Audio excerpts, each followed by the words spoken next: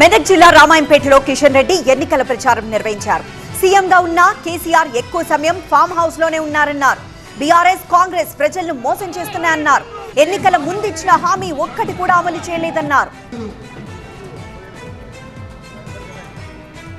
Congress party గెలిస్తే BRS కు వస్తారు, బీఆర్ఎస్ కారు గుర్తు మీద గెలిస్తే కాంగ్రెస్ పార్టీకి వెళ్తారు. ఈ రెండు పార్టీలు కూడా ఫిరాయింపుల పార్టీలు.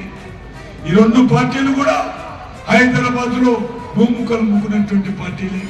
ఈ రెండు పార్టీలు కూడా గ్రామాలలో బీరు బ్రాండీ దుకాణాలు పెట్టుతున్నాయి. ఈ రెండు పార్టీలు కూడా బీరు బ్రాండీ పెట్టి పేద ప్రజల యొక్క ఆరోగ్యాన్ని, పేద ప్రజల యొక్క మరి ఈరోజు ఏ రకంగా వాళ్ళ యొక్క జేబును చిల్లు చేసేటువంటి పార్టీ.